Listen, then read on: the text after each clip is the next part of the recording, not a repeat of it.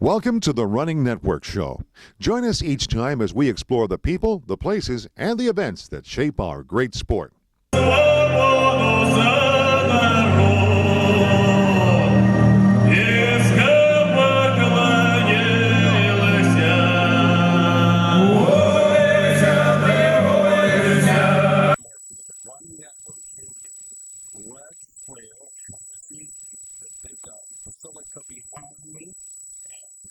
Some construction work here, getting the square ready for this event. And we have the camera next to me. But this back home, I'm always to be here in Red Square here in the middle of Mazda. And tomorrow starts the World Track and Field Championship. Okay, well, we're day one at the championships here, and we're getting ready for the start of the women's marathon. And here's the start, and there they go.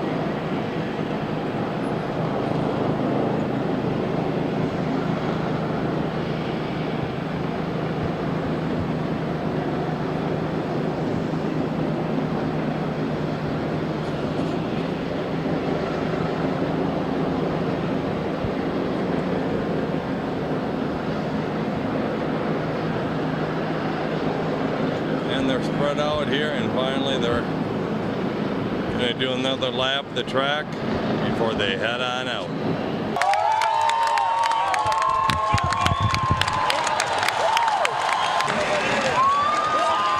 That's the three winners right there. For quite a few years now. Okay. Oh.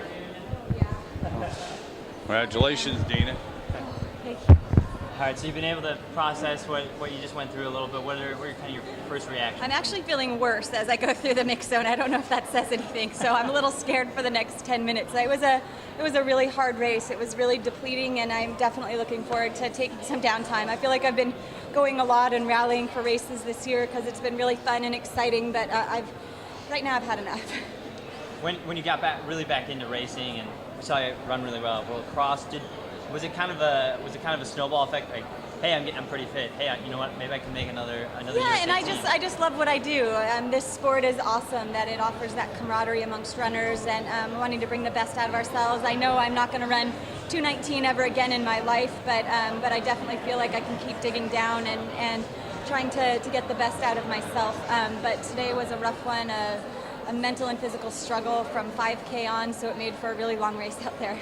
That night, what was the goal coming in? My main goal was to get top 5. I really thought that I was ready to pull off a good performance, and that would have been my best finish at a World Championships. But as the race goes on, I was getting more flexible with my goal, and maybe top 10. Okay, let's just finish this race. I thought about dropping out more than a dozen times, but stuck with it, and I'm suffering the consequences now. What were the conditions like out there? It was brutal, yeah, and it definitely took its toll on some of the girls that went out maybe above what they were ready to do, but the girls that pulled off up to the podium finishes today were amazing to be able to run that in this heat. I definitely felt like it was threatening out there. You said down there it was your last one this year, your last one ever? What do you mean? I may never run another step again after this suffering. I mean, let's ask again tomorrow when I've had a good night's sleep and had my legs kicked up for 24 hours. But to make an emotional decision right now, I'd say yeah, I'm done. Yeah, I mean today was about place, not pace. It was kind of crazy hot out there. Yeah, it was, but it was awesome. I had to stay focused on my goal, and that was top 20. So accomplished that, and really didn't worry too much about pace. Just keeping my eyes up, and my coaches kept telling me I was looking good, and there was people dying in front of me, and just getting that feedback alone just kept me motivated and kept me going. So today was the day you just went more off how the body felt? Yep. Yeah, just more than usual, I'm guessing. Yeah, definitely. You know, kind of checking myself every 3 to 5K, kind of reevaluating where I'm at and if I can pick it up at all, or if I need to just sit for another 3 to 5K, and just constantly checking the body. And I got pretty aggressive between like 15 and 20K, and then suffered a little bit, but it just had the encouragement of having other people in front of me that were fading, and there was a Chinese woman that just collapsed right in front of me about 35K. That was a little scared me quite a bit. I was like, but you feel okay, but it's scary because your first reaction is stop and help someone and not worry about it's a race, whatever. But you don't want someone to die out there. So that was a little unnerving. For sure. Better than a lot of people coming here. Yeah, I was gonna say. Yeah, You look I'm just pretty good. excited. How do you feel I'm after really running that heat? I did. I know. I was going to say you look pretty good after 26 miles. I did. I'm just really excited that I was able to reach that top 20 goal, in these conditions, and I didn't fall apart, and I didn't, nothing cramped up. I had one little twinge of my hamstring with 5K to go. It was 37K, and then that was it, and I just kept pushing, and I got my fluids in, which is something I really had to work on this segment. I really had to work on taking 8 ounces in every 5K. And I was able to do that today, and I think that's what got me through it so well. Okay. Anyway, what do you think about today's race? I thought it was hot and slow. Yeah. Yes. It was brutal up there. Just walking around in the streets, and that was 3 hours ago. It was hot. Yes. Running. We didn't have much shade, if any. There was one stretch in the later loops where it was right where we were getting our fluids, and there was a building that was providing a little bit of shade, and you noticed it. You're like, oh, shade, thank goodness. Yeah, but the rest of it was... Well, some of it, and I heard they had a brand new pavement out there too. I was just thinking, the pavement, it felt like it was radiating heat, so it was hot, and I don't know, my legs hurt already, so I'm sure it's they pounding. do. I mean, just anybody I saw out there racing today, I thought, just walking over here, I thought, man, they got to run 26 miles up. Yeah, but it's summer, and you got to be ready for the heat. So, as for the heat and everything else, how do you assess the race for yourself? I try to focus on the positives because obviously the time is not a positive, but a year and a half ago I finished 21st at the Olympic trials in the United States.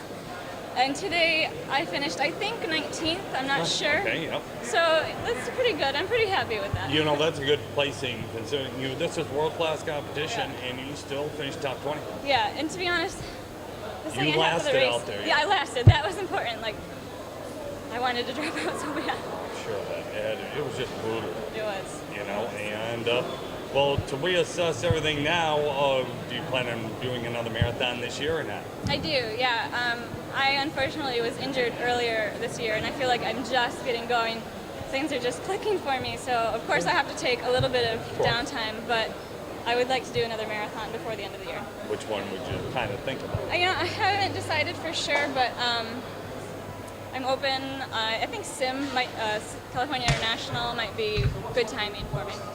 Yeah, that gives you a lot of time to rest up between now and then. Yes. That's a December marathon. Yep, yeah, I think first or second week in December. So you get a lot of time there. It's flat and fast. Yeah. You want to make it that. Hopefully cool. And last year they had bad weather, so I figure they're due for good weather this year. Well, you never know. Weather is so unpredictable. Before we came here, it was cool.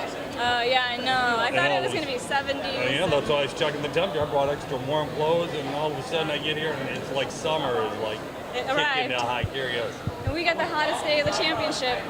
Lucky us. Well, you never know what weather, but at least you made it through. Yes. And, the good thing is you feel good about it. Truthfully, you look good after running, My legs are hurting pretty bad right now. Yeah. 26 miles at concrete's a lot of work. Yeah. Well, congratulations. Thank you. And hopefully we will see you on some more big teams. Sounds good. Now, is this your first?